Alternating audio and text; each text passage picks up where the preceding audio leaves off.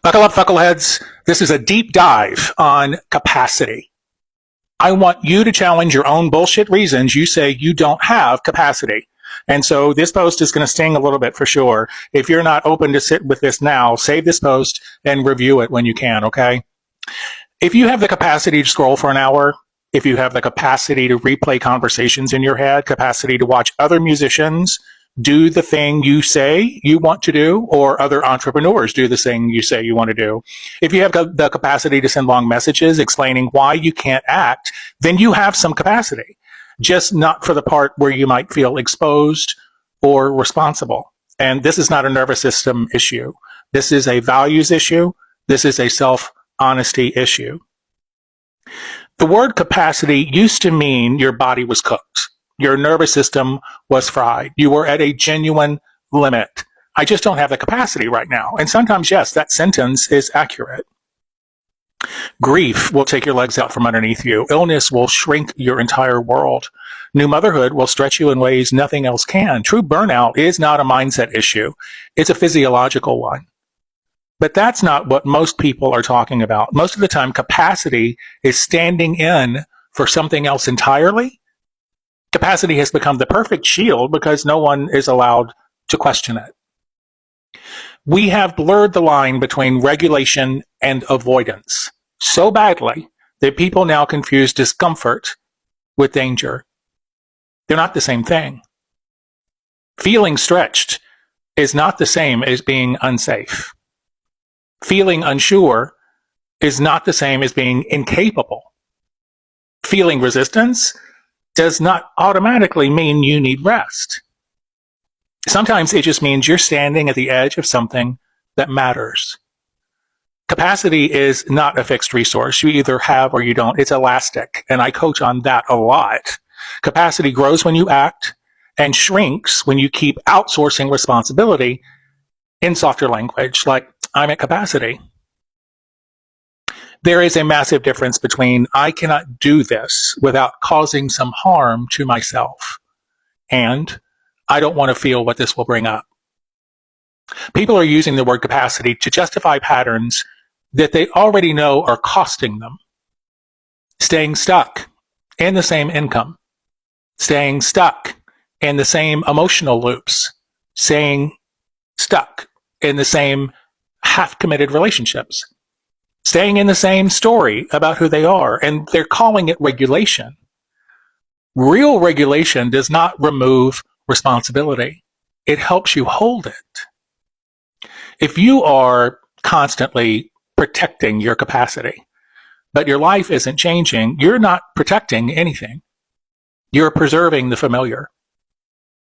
Sometimes the most regulating thing you can do is choose something that scares you and stay with the sensation long enough to realize that you're not going to die from it. Capacity grows when you stop lying to yourself.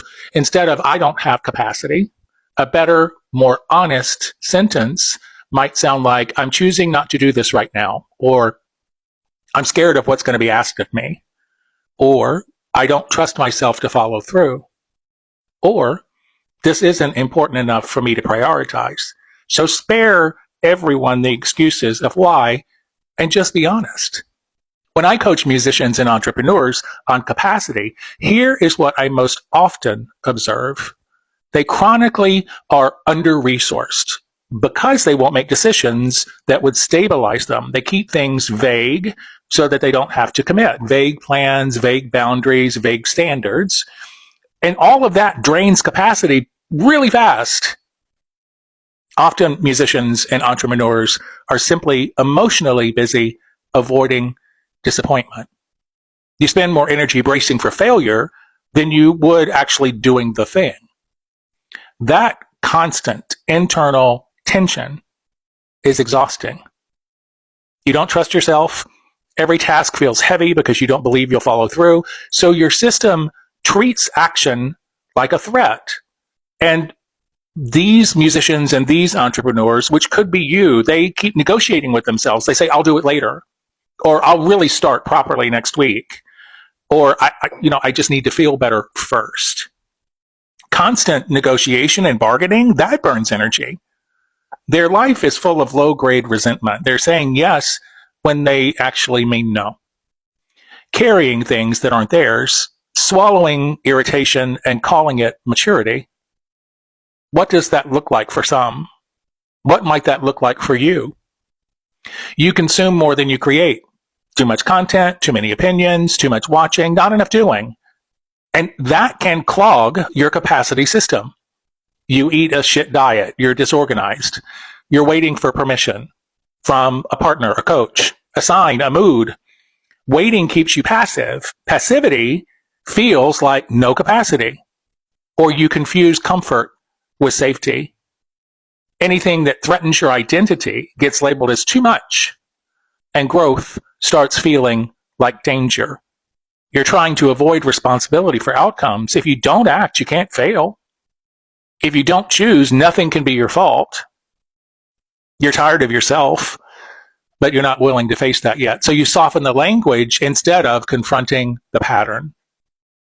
You're bored. But bored people rarely say that. They say overwhelmed.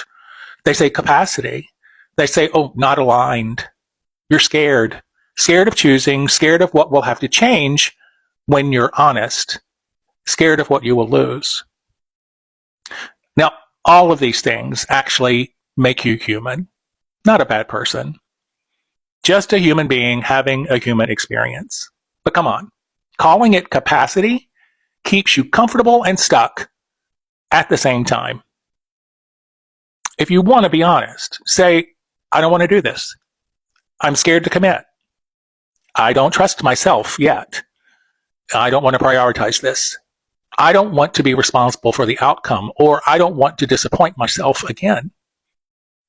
So I don't have capacity sounds cleaner, right?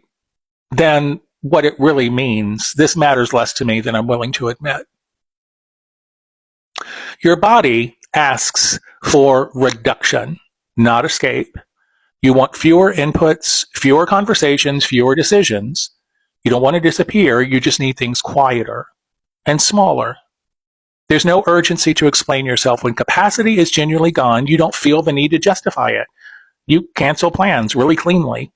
You don't overtalk. You don't defend. So take a minute and contrast that with what people often call no capacity. You can scroll, train, run, think, plan, research, talk, but you just can't act when you feel restless, not depleted, irritated, flat, bored, a bit self-disgusted even. That's not exhaustion. That's avoidance rubbing up against desire. You have capacity for distractions, just not responsibility. Funny how that works. When you are actually at capacity, stopping feels like self-care. When you're avoiding it, though, and calling it capacity lack, stopping feels like relief, but then it's usually followed by shame. So if you're unsure about your own capacity, ask yourself this. If this thing, this task, had zero emotional risk attached to it, would I still say, I have no capacity? If the answer is yes, you're probably at your edge and you need to reduce the load. If the answer is no, you're not out of capacity. You're up against fear, identity, or responsibility. And both the yes answer and the no answer deserve honesty.